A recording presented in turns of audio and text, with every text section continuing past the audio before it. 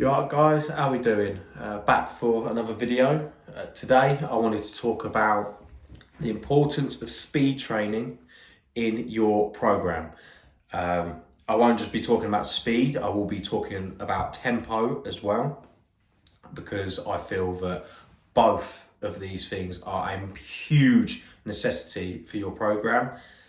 Like yin and yang, you need the best of both worlds. I do not believe that one is more superior than the other. However, you need them, and I want to just go through the reasons why you need them individually. So if we start on speed training, why do you need speed training? Now, a lot of people have a thing against speed training because of a lot of the West side behind it. So in powerlifting, speed training was mostly popularised by the conjugate system, which was Westside Barbell's main system of training. And a lot of people don't like Westside, are quite anti-Westside and their training methods. And personally, I'm not. I think Louis Simmons came out with some of the greatest information in powerlifting ever. One of the greatest legends to ever live. However, enough gassing Louis up on the other side, but he created something fresh for powerlifting where it changed the views of many programs, and with that came speed training, and the actual emphasis of moving a bar with a set bar speed. So I haven't done conjugate or West Side in a long time, so please forgive me if I get some of these numbers a bit skewed. But I remember when I was doing it, not at West Side, I've never trained there, but it was, you'd get on, let's say, deadlifts, and you'd have 50% of your 1 rep max on a kind of lift, whether it be a deficit deadlift, sumo, standard conventional, block pull, rack pull, whatever, and you'd add another 20%, 25% of band tension or whatever. However, I don't like to kind of talk about speed training with band tension, because I feel like that's a whole nother topic. Like, bands are a very intricate part of training, and I feel like it needs to be talked about specifically, as people put too much on or too little and don't quite know the sweet spot. But anyway, the whole point of it is to lift a weight that's not heavy enough to damage your CNS in, the short term, in the week. So then you can then do max effort next week, right? So, but also to train your CNS in order to respond quicker and quicker and quicker and quicker every single time. So the theory is if you get faster at moving and you get better at lifting at 1 rep maxes, they come together and you progress. You're training both sides, strength and speed, which make powerlifting, right? So why do I think it's imperative for you guys to do this? It's because some of you just lift too fucking slow, and I think it's a huge missed opportunity. Many people that I've helped in just my experience in the gym had just really struggled with just moving fast, whether it be on the bench or on the squat or on the deadlift. Some people just do not want to move, and I explain to them how it's the speed that makes it. Same with a lot of martial arts. It's not the strength behind a punch, it's the speed in which you deliver it. If you have a wicked fast hand, that is going to be far more deadly than just a oof. See what I'm saying? It's speed that actually delivers that punch. That's why bullets put holes in people and they weigh nothing.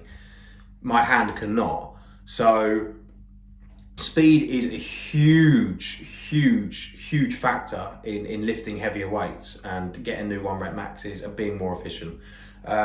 Do Do I think you need to actually have a set day for speed training on most programs? No, but you definitely need to be putting it in an emphasis in your sets. So if you're doing squats just a 4x4, you need to emphasize speed. You need to be aware of how fast you're moving. Sometimes you forget that you're not pushing at 100%. Sometimes you actually just do not think to push hard because you think, oh, I'm just lifting it. You're just getting on with your set. You're not thinking, I'm only pushing about 80% here. There is a bit more oomph I can give. That is what you need to be doing every set and every rep, is pushing as fast as you can. That, in the long term, will make huge differences. You get much more efficient at lifting weights, right?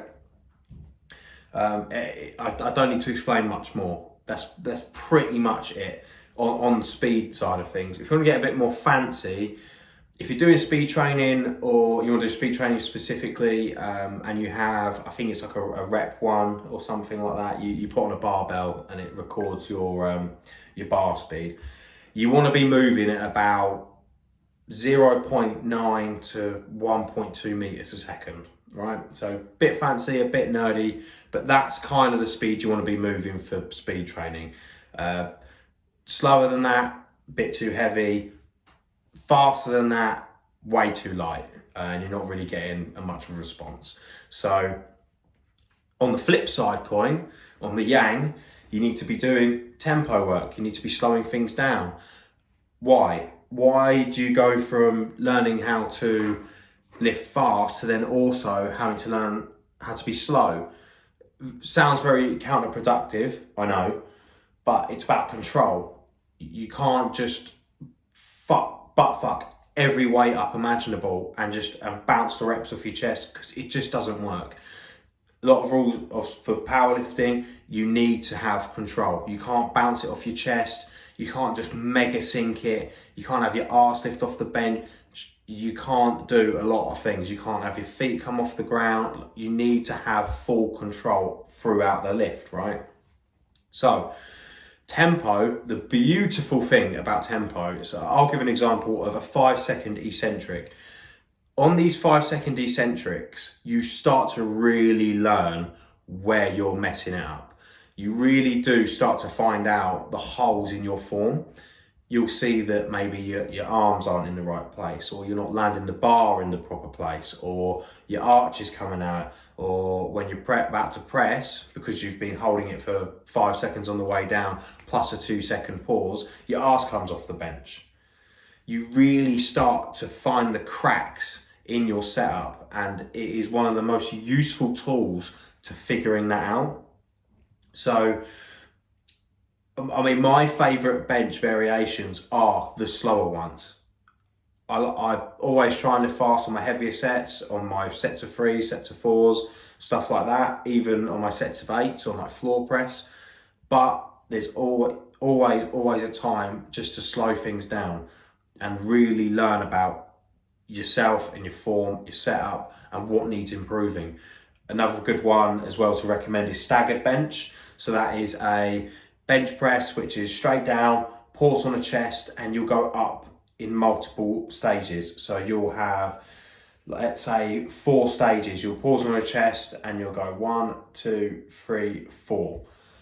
That, I swear to God, is a killer, but it is so effective, so effective. So recently, like, my bench has been absolutely shooting up.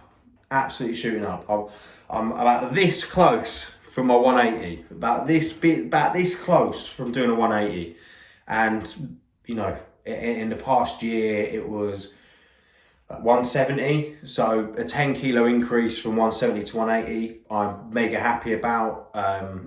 But, it's only been in the last 7 months that I've been starting to see some progress because of those tempo benches, of the double pauses, the staggered bench, the 5-second eccentrics, the spoto. Another good one is the, I forgot the name of it, where you put your feet up on the bench straight out. Larson press, that's it. Larson press. Doesn't have to be tempo, but you sure do learn about control. Anyway, It sounds very contradicting to say you need both and to train both. I know, but you need both.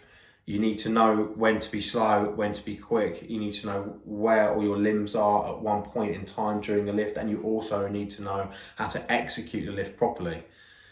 Both of those things combined make an ultimate bench, right? If you was to be perfect, right? Let's say in a perfect world, you could have the best bench ever, right? Your form would be spectacular and your strength would be through the roof and you'd lift it fast as anything, right? Doesn't quite happen. There's always a weak link in that chain. Your form breaks down, but you've got the strength, so you have an accident. Or the technique's great, but you're just not strong enough to lift it. Or you just didn't get enough momentum off the start. There's always something that's lagging behind, and you always need to train all aspects of a lift. It's not just lift it. It's how fast are you lifting it, how fast are you pressing it, how strong are you as a person, how much force can you physically produce, and how well can your technique hold up under pressure.